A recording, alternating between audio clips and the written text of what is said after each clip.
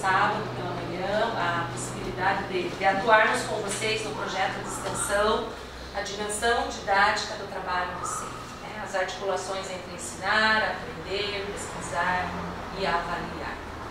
Então, quando nós pensamos nessas 4 dimensões do processo didático, ensinar, aprender, pesquisar e avaliar, intrinsecamente relacionada a essas 4 dimensões, nós temos um olhar muito expressivo, seja como acadêmicos participantes do projeto de extensão, seja como professores na escola que continuam sendo extensionistas, seja nós como professores aqui no ensino superior.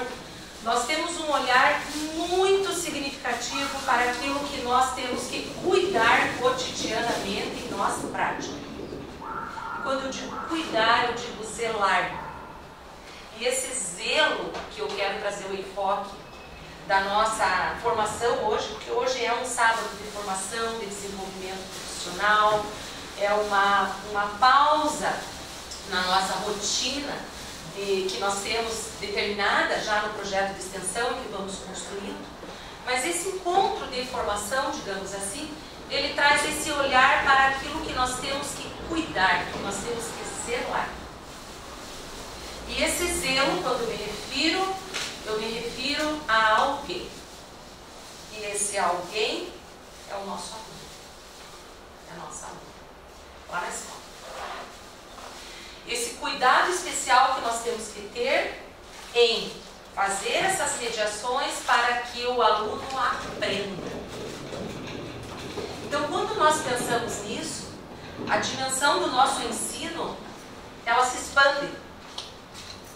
Porque o nosso ensino, quando nós desenvolvemos na escola, ele vai além daquela dimensão, além, extrapola a dimensão do próprio conhecimento científico, a própria dimensão epistemológica do que nós trabalhamos na escola, do currículo que nós temos que dar conta e trabalhamos e construímos esse currículo. Existe uma dimensão que hoje é muito pouco enfocada quando nós tratamos da nossa intervenção lá na escola. E eu chamo essa dimensão de a dimensão humana do trabalho docente. Mas aí vocês poderiam perguntar, aonde que entra o planejamento? O tema proposto para hoje, repensar o planejamento. E temos aqui um adjetivo, didaticamente. Didaticamente.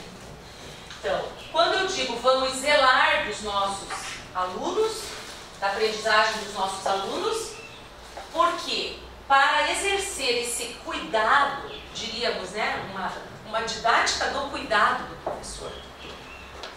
Porque se nós olharmos para cada momento, para cada tarde, para cada dia, para cada manhã que nós temos com os nossos alunos com esse cuidado, nós vamos começar a compreender a própria relação entre o ensinar, o aprender, o pesquisar e o avaliar de outra forma.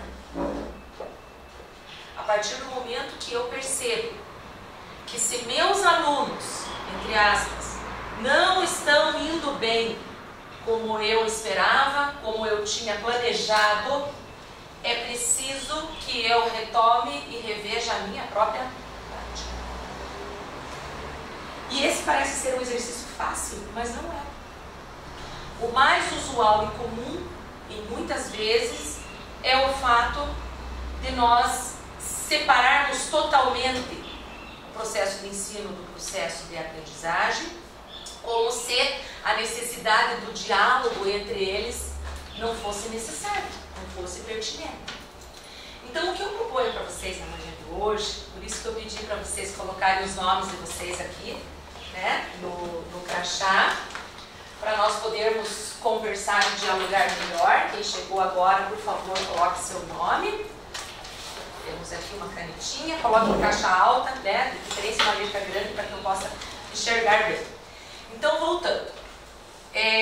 A reflexão que eu proponho nesta manhã hoje é uma reflexão em torno de como nós vamos repensar esse planejamento do ponto de vista, na ótica da didática, enquanto teoria geral do ensino que nos apresenta, que nos introduz nessa dimensão do pedagógico na escola?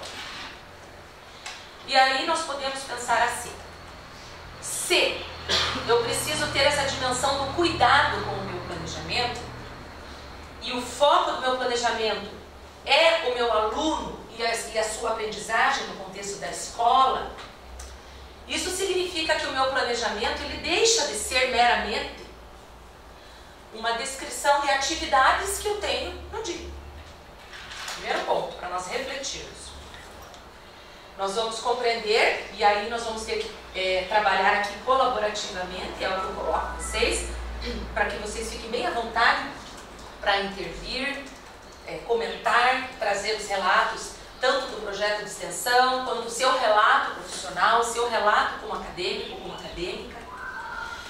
Aí nós vamos perceber o seguinte: essa dimensão didática, esse olhar da didática, é um olhar que nos desafia, porque nos desafia do ponto de vista da própria avaliação formativa, aquela avaliação que é tanto da docência quanto da discência e nos realimenta. Talvez eu até ousaria dizer que o projeto de extensão hoje, né, trabalhar com extensão na universidade, talvez signifique oportunizar um permanente feedback do que nós estamos nos apropriando, teórica e praticamente. Se nós pensarmos na extensão como um permanente feedback, estou usando uma palavra que vem do campo tanto da psicologia quanto da didática, né? Sabemos que feedback significa, né, na sua própria tradução, feed, alimentar, back, voltar. Denise, poderia só acender a luz para mim aqui, por gentileza? Não vejam aqui comigo o raciocínio que eu quero colocar para vocês refletirem. Repensar significa pensar de novo. Repensar. Por que repensar? Porque nós já estamos pensando a nossa prática como professores, como estudantes de pedagogia, como professor de história, de matemática, de biologia, etc. e tal. Sim, é inquestionável, porque nós temos uma proposta curricular, nós temos o nosso trabalho cotidiano, mas por que eu chamo a atenção para isso? Feedback. Se a extensão, o projeto de extensão, né, coordenado pela professora Denise, que nós estamos aí há anos juntos, se ele for encarado como um permanente feedback, feed, vem do inglês alimentar, né? E back é voltar atrás, costas, né? Voltar. Então, quando nós fazemos em tese, né, de uma maneira bastante simples aqui, só para situar o termo, nós estamos constantemente voltando a alimentar. Alimentamos o que por meio do projeto de extensão? Alimentamos a nossa apropriação teórica, a nossa formação, a nossa prática, não compreendida como um mero ativismo, mas uma prática que é refletida, repensada, porque muitas vezes o planejamento que nós compreendemos e vemos no cotidiano da escola, muitas vezes nós paramos e nos deparamos assim: será que é isso mesmo? Será que tem outra forma de pensar? Por que nessa escola, ora, a atividade é trabalhada desse modo e na outra escola é daquele modo? E nós começamos a perceber que ensinar vai muito além da simples preparação de uma aula ou do preenchimento de um roteiro, de um plano.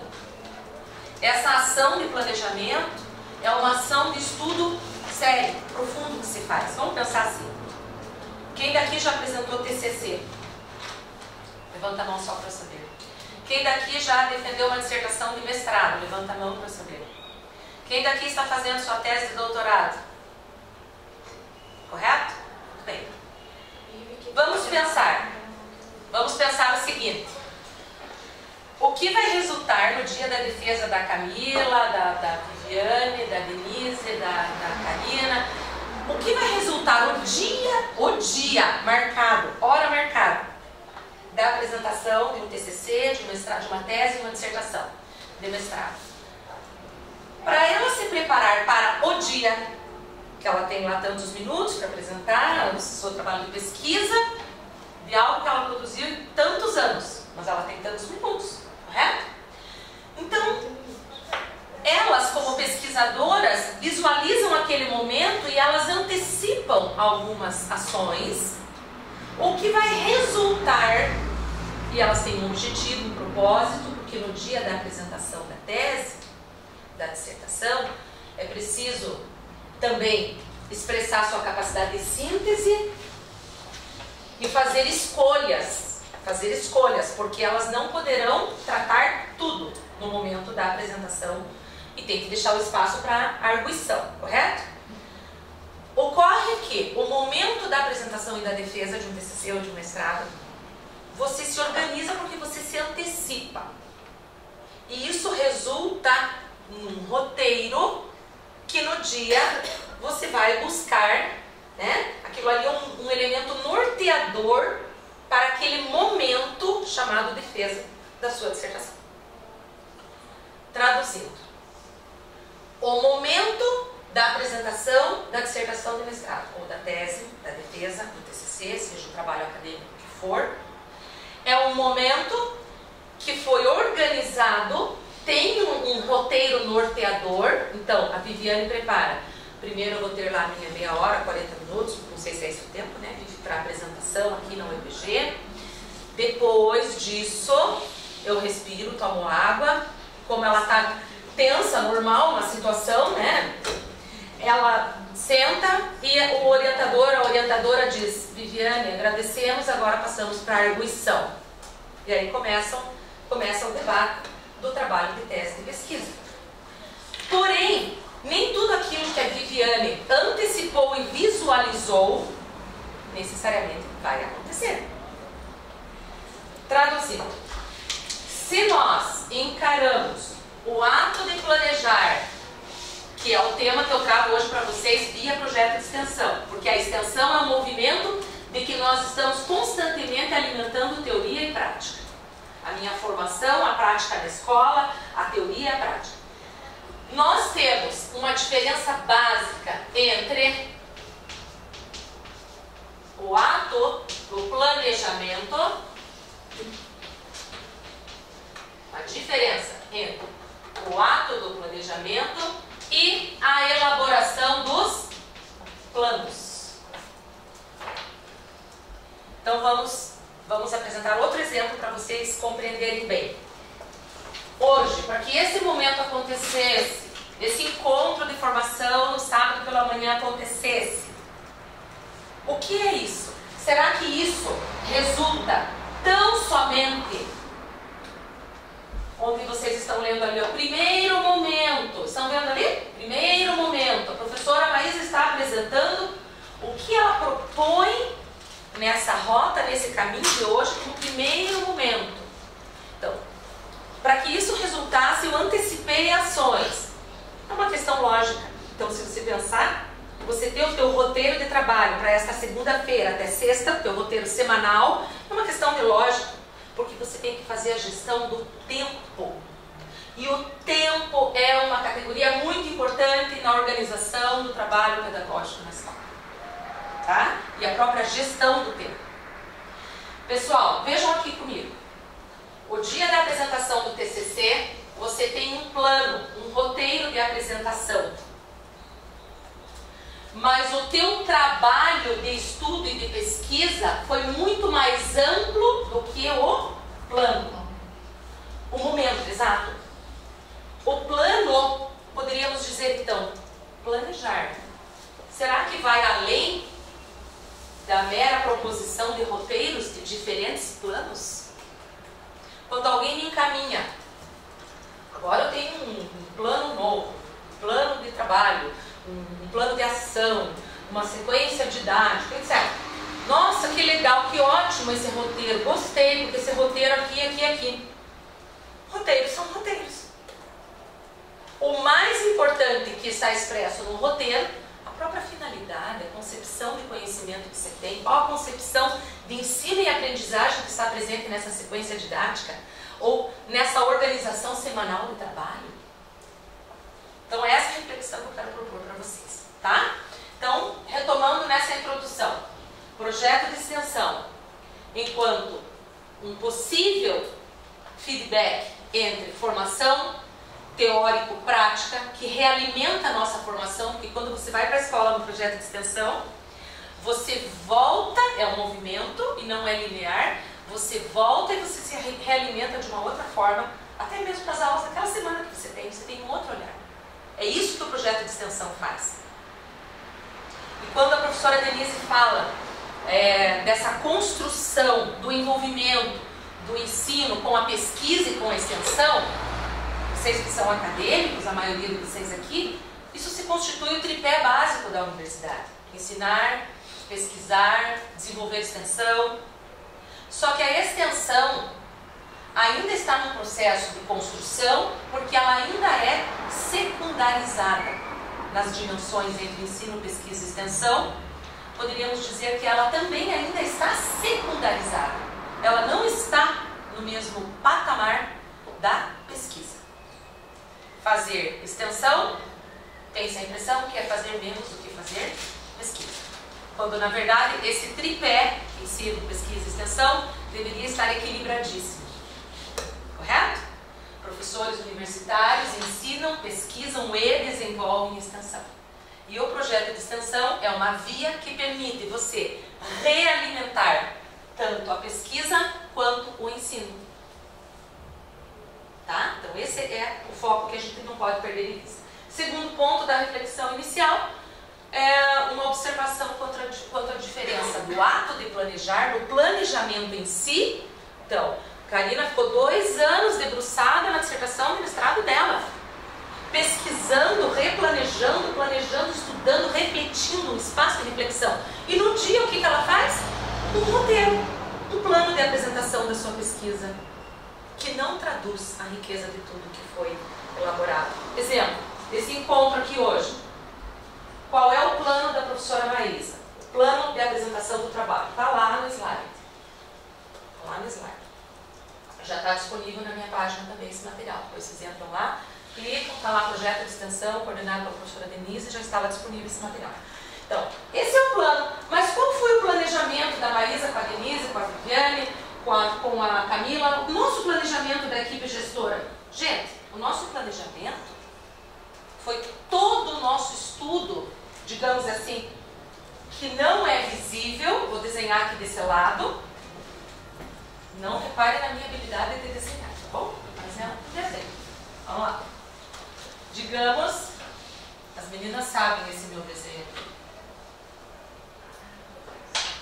Isso. Então, digamos que aqui é o lindo oceano. Maravilhoso. Deus nos deu. Está aqui, oceano. E isso seria, vamos ver se vocês interpretaram. Ah, obrigada. Fiquei feliz agora. Um iceberg. E esse iceberg, ele tem a sua parte superior apenas visível. E a parte submersa é a parte que nós não enxergamos. Correto? O dia da apresentação da dissertação de mestrado da Karina, esperamos em breve, né, Karina? Está aqui. O dia da dissertação da Karina está aqui. O dia. Por que eu estou enfatizando o dia? Porque é a categoria tempo. Tempo, muito importante. Dia, tudo bem? Seja bem-vinda, pode entrar, por favor. Então, o dia da dissertação, aqui. De forma submersa, sabe o que tem aqui? Que ninguém vê. Que ninguém vê. As horas e horas que a Karina dedicou e renunciou. Porque o ato de viver nós sabemos que é um ato de escolhas, renúncias, decisões. A Karina, com suas filhas lindas em casa, seu marido, querido, lindo também, ela olhou para o marido e falou assim: por favor, cuide das meninas que hoje eu preciso ficar estudando.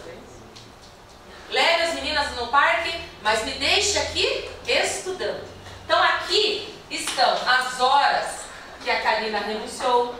Aqui estão todas as leituras que a Karina fez todos os parágrafos grifados que a Karina grifou, toda a sua trajetória de vida, tudo que constitui e que não é visível, não é explícito, né? O que está explícito está aqui. Então, poderíamos pensar, tudo isso, a ação reflexiva da Karina, trazendo para o nosso tema hoje aqui, né? Ação reflexiva, reflexão da Karina, porque a Karina estava desenvolvendo o árduo trabalho do planejamento, estudo, apropriação, diálogo. E aqui poderíamos dizer, então, que aqui resulta no dia da apresentação, ela leva lá um plano, um roteiro, de caráter simples, até mesmo para ela não se perder na lógica do dia, para ela ter um amparo, uma rota. Isso não significa que aquilo vai ser engessado, tem que seguir exatamente, mas ela se sente segura. Então esse é o sentido. Só que, como nós tivemos no nosso desenvolvimento da nossa educação como um todo, não só no Brasil, mas em outros países, é muito forte o impacto da concepção tecnicista na nossa prática docente, até os dias de hoje, século XXI, onde se priorizou e se valorizou mais o aspecto técnico-burocrático do ato de planejar, como preencher formulários, o que de certa forma contribuiu para que o professor considerasse muitas vezes que planejar é terrível, porque se resume a um aspecto mais tecnocrata, digamos assim, colocando a reflexão e o estudo em segundo plano. Então, semana pedagógica de planejamento não é nada bom, porque você vai lá para fazer o quê? Para você ficar planejando o que não é bom, quando na verdade é tudo. Anos atrás teve uma pesquisadora que veio aqui para Ponta Grossa, trabalhou conosco numa palestra. O nome dela era a professora Tereza Pena Firme, lá do Rio de Janeiro, e ela pesquisava muito sobre o tema da avaliação. E eu nunca esqueço algo que ela falou na palestra aqui para nós, professores da universidade. Ela disse assim: quando alguém participa de uma escola de samba no Rio de Janeiro, olha o exemplo que ela nos deu, escola de samba, a pessoa se inscreve lá naquela escola de samba e ela fica o ano inteiro se preparando para se apresentar 3 dias na Marquês do Caí. É um trabalho árduo de planejamento, só para 3 dias se apresentar. Normalmente nas escolas a gente fica 3 dias para se preparar para o ano inteiro, correto? A gente faz uma parada em julho também, mais 3 dias. Só que não é para a escola de samba, né? É para fazer as crianças conseguirem se desenvolver e aprender nesse processo, tá? Por isso a questão do zelo que nós falamos no início. Tudo bem, pessoal? Até aqui, essa é a introdução? Tá ótimo. Nós vamos fazer um intervalo 10h30, tá? São 15 para as 10. Quando for 10h30, eu peço que vocês me façam o sinal para a gente parar e fazer um intervalinho. Aí nós continuamos e vamos até 11h30. Então vamos iniciar lá. Nosso primeiro momento está proposto o que aqui? O que está escrito lá, pessoal? Reflexões entre pares. O que seria essa reflexão entre pares que eu estou propondo ali? O que vocês acham que é? Reflexão entre pares. Quem vai refletir? Os pares. Quem são os pares? Quem são os pares? Nós? Muito bem. Vocês. De que forma? Para facilitarmos a nossa organização e a gestão do tempo, quem está sentado próximo de si? Então, nesse momento, a Renata com a Adriele, a Juliana com a Giovana, a Josi com... Cadê? Rose, isso, Rose. A Rose, a Jéssica e o Alisson. A Karina, deixa eu pegar o teu crachazinho aqui, só um pouquinho. Isso. Então vocês vão discutir, refletir entre pares. O que vocês vão discutir entre pares? Vocês vão conversar um pouco com quem está ao seu lado sobre esses questionamentos que eu trago aqui para vocês. Correto? Eu quero que vocês pensem com a colega, tá? Se vocês quiserem anotar, podem anotar, para depois verbalizarmos, mas eu quero tentar fazer essa sondagem do que vocês sabem sobre este tema. E é claro, né, como diz o aluno muitas vezes lá na escola, professora, posso responder com as minhas palavras? Claro que tem que ser com as tuas, né? E não com as nossas, com as tuas palavras, o que você pensa. Esse momento é muito importante. Então são duas perguntas e eu vou dar pouco tempo para vocês conversarem, tá? Pouco tempo. É só para a gente poder problematizar nesse início aí, tudo bem? Todo esse material está lá disponível na página da professora, depois vocês têm acesso. Olha, 3 minutos para essa conversa, ok? Podem começar. Vamos abrir então, para a gente discutir um pouco, né? Então o questionamento trazido ali dizia para nós, vou pedir a gentileza da Joler para nós lá. Eu odeio quais os fundamentos da educação que embasam o ensino que estamos desenvolvendo com nossos alunos. Qual o conhecimento teórico da nossa formação tem impactado em nossa prática pedagógica? Muito bem, obrigada. Então veja, todos, né? Na verdade nós estamos aí, a grande questão que essas questões apresentam é a própria questão da relação entre teoria e prática. Né? Vamos ouvir um pouquinho, peço que vocês sejam bem sucintos para apresentar aí o que vocês conversaram nesse momento inicial, tá? Pode ser, vamos começar aqui pela dupla Roselilda, ficou com a Jo? Então vamos lá. Então, a gente colocou a respeito sobre a psicologia, no caso, a afetividade, relação professor-aluno, e também trazemos a relação teoria e prática, como a professora Maísa já colocou ali, pensar, fazer pensando na atuação. Fazer pensar. Excelente. Então, primeiro ponto. Vocês colocaram o aporte teórico da psicologia. Excelente. A didática sem a sua relação íntima com a psicologia não chega a lugar nenhum. E já que vocês falaram na psicologia, eu gostaria de indicar para vocês um livro. O livro, ele não é um livro novo, mas eu digo que ele é um clássico no campo da prática pedagógica profissional. Ele se chama O Diálogo entre o Ensino e a Aprendizagem. A autora é Thelma Weiss, com W, Thelma Weiss. Por que eu chamo a atenção para vocês nesse livro? Tá? Thelma Weiss. O Diálogo entre o Ensino e a Aprendizagem. Esse livro, ele traz uma reflexão à luz do referencial teórico piagetiano, e a autora nos coloca o seguinte, é muito interessante porque a autora faz todo o trabalho de pesquisa com turmas das séries dos anos iniciais. Quando ela escreveu o livro ainda era a primeira, quarta série, né, do primeiro ao quinto ano. Mas o livro traz um suporte muito bom para nós que estamos na escola. Então ela diz o seguinte, o que significa o professor dialogar entre o ensino e a aprendizagem? Entre o ensino e a aprendizagem. Ela diz assim, consiste no professor realizar atividades planejadas, propostas e dirigidas com a intenção de favorecer a ação do aprendiz sobre um determinado objeto de conhecimento. Então não basta, no entanto, que sejam planejadas, propostas e dirigidas para construírem automaticamente boas situações de aprendizagem para os alunos. Mas para terem valor pedagógico, serem boas situações de aprendizagem, as atividades devem reunir algumas condições. Exemplo, primeiro passo que ela coloca aqui. Os alunos precisam pôr em jogo tudo o que sabem.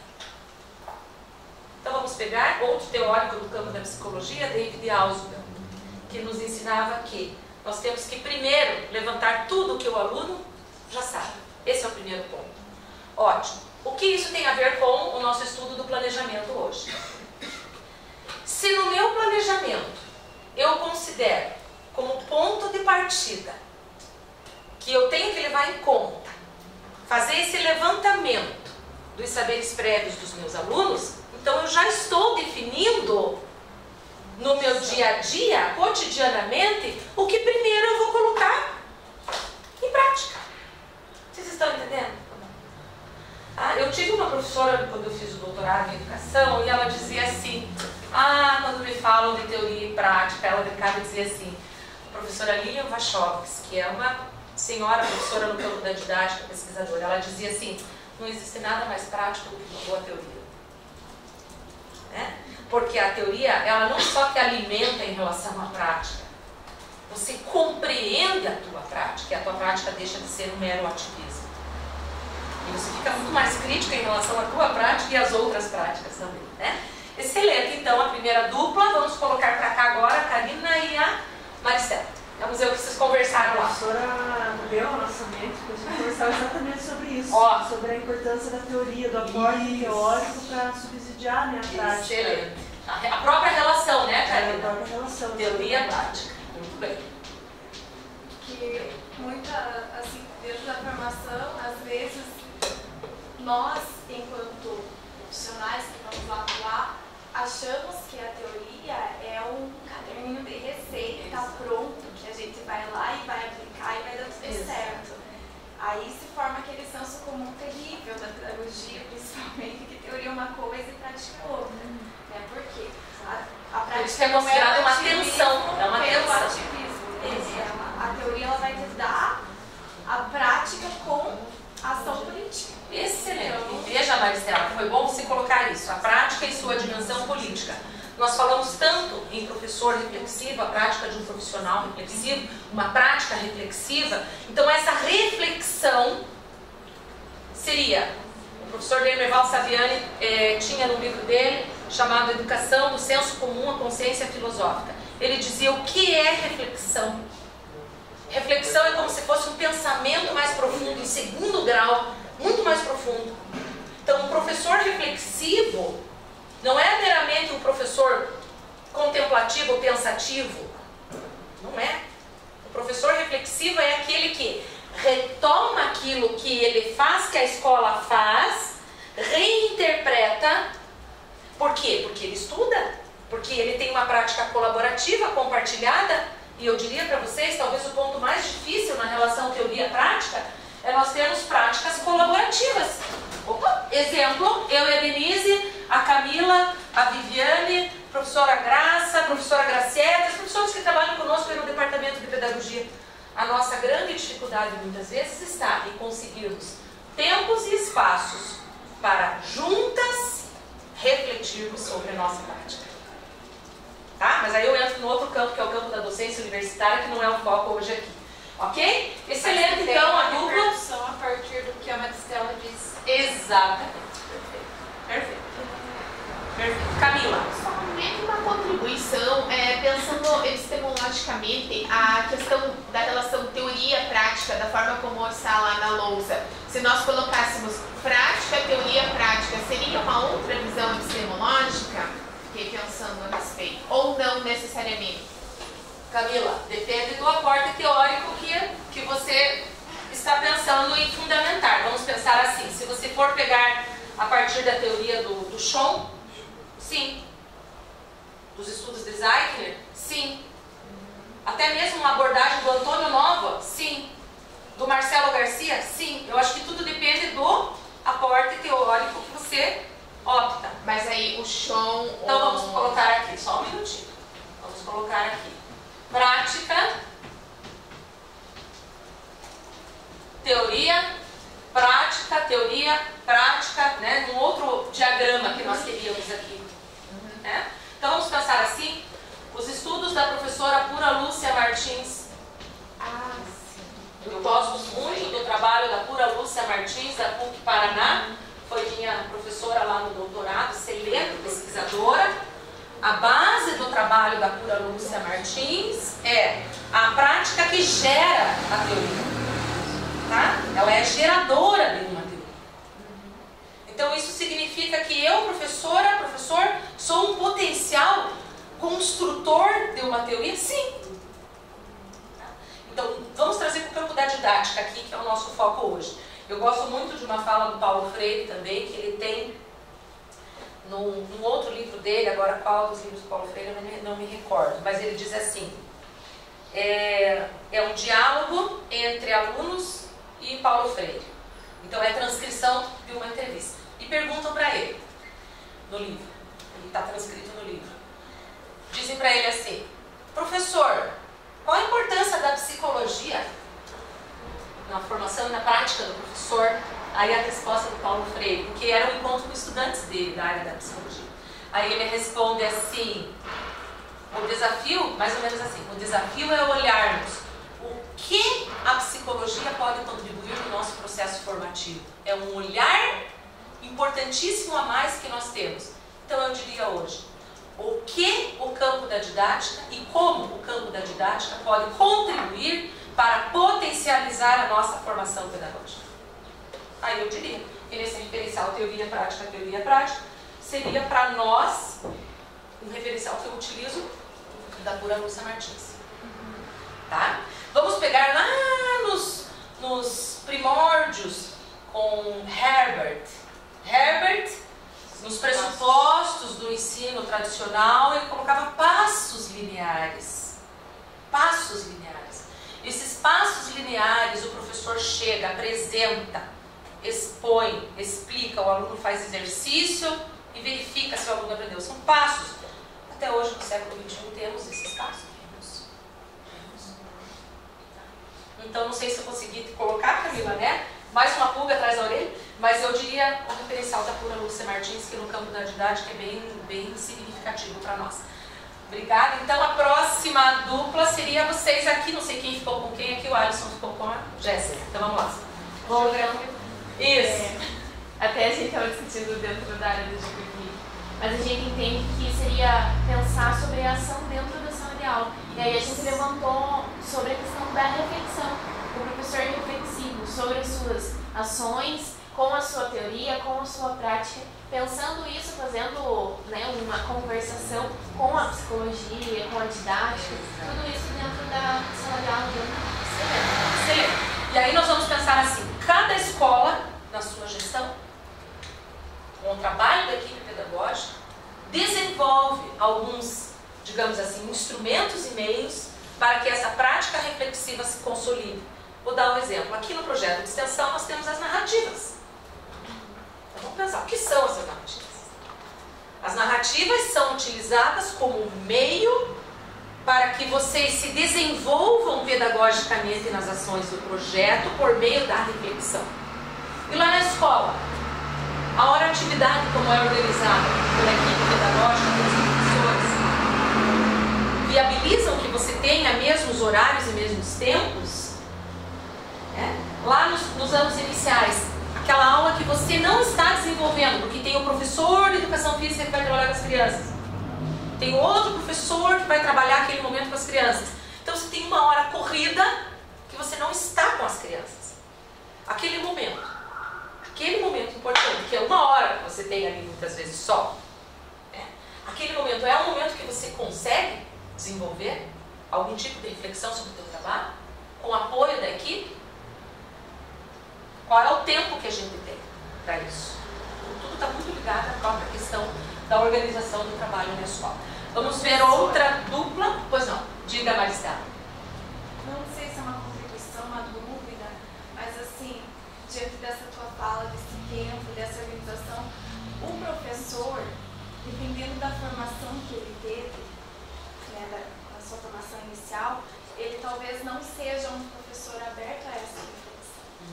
Então, mesmo que a equipe proponha esse momento, e até proponha um pouco, a gente conversava aqui, às vezes falta teoria em algumas formações. Né? Algumas formações priorizam o fazer da sala de aula, mas um fazer pelo fazer, não fazer pressuposto, né, dentro de uma teoria, dentro da filosofia, da sociologia, porque acaba se excluindo que não seja importante na sala de aula. Perfeito. Então, olha, a fala da Maristela nos remete ao seguinte ponto. Foi importante você ter colocado isso, Maristela, porque vejam bem, tudo uma construção é um processo, né? Digamos assim, não se transformam paradigmas do dia para a noite. Se nós considerarmos e ajudarmos nesse processo, colaborarmos nesse processo, para que a escola seja um espaço de formação, todos os dias quando eu entro nessa escola, eu ensino não somente porque eu entro nessa escola não somente porque eu venho ensinar, mas porque eu venho aprender. E essa aprendizagem da docência, ela não é individual, claro que a aprendizagem é sempre um processo de construção do sujeito, mas você como professor na escola, precisa da prática colaborativa. Precisa da prática colaborativa. Então, se eu entro na escola e enxergo a escola como um ambiente, um espaço formativo, aquilo que nós falamos tanto da formação continuada do professor na escola, projetos de formação continuada, etc. e tal. Veja, o encontro de hoje não é um encontro que você vai sair daqui e falar assim, que bom, aquilo que a Marisa trabalhou, vou aplicar segunda-feira na minha sala. Não. Não. Porque aí nós estaríamos indo lá na década de 70, voltando lá naquele modelo, né? De que os treinamentos de professores serviam para instrumentalizar o professor e colocar na prática aquilo que alguém repassou para ele. Então, qual é o grande desafio? Vamos voltar aí? Aí vamos falar do nosso trabalho, como, né, meu, Denise, aqui como equipe pedagógica, como pedagogos atuantes lá nas escolas, o nosso trabalho. Que o nosso, na escola, o nosso projeto político-pedagógico que é construído no coletivo, precisa ter propostas de ação e de intervenção pensando nos momentos permanentes de formação dos professores. E não somente de preenchimento de formulários, e novo formulário agora, o plano de aula é assim, agora o plano de aula é assim. Isso tudo é importante. Isso tudo é importante. Mas cada vez que nós enfatizamos mais nas reuniões e tempos que temos na escola, que agora a exigência é essa, agora mudou, cada vez o professor diz, nossa, mas é terrível mesmo planejar. Sabe que esses dias eu dei risada, né? Não tem o que fazer. Ah, ela é assim porque ela se formou na UEPG.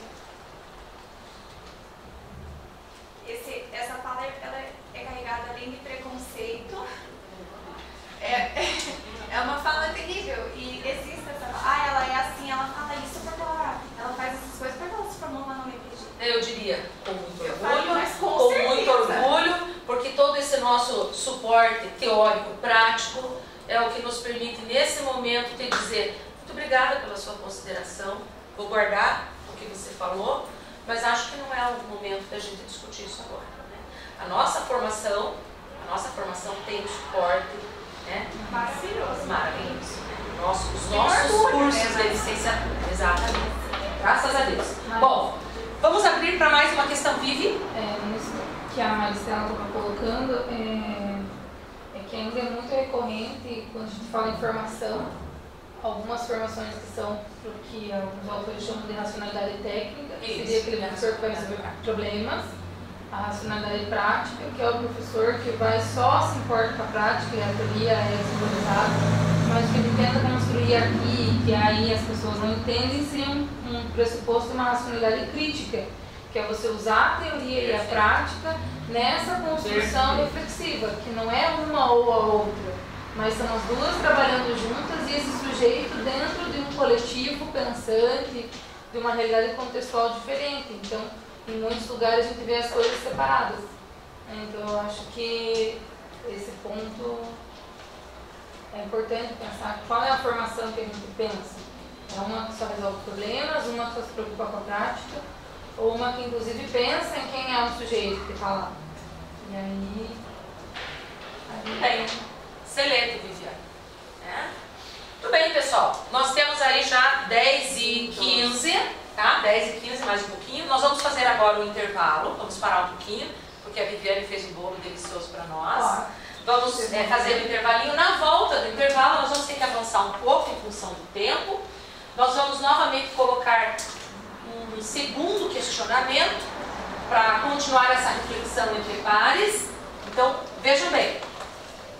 Vou usar a palavra como. Como estamos desenvolvendo esse sábado de formação?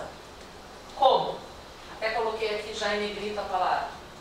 Por meio do diálogo. O diálogo é o princípio fundante de tudo. E o próximo questionamento aqui vai fazer a clássica obra Pedagogia da Autonomia de Paulo Freire, porque clássico é aquilo que se firma no tempo.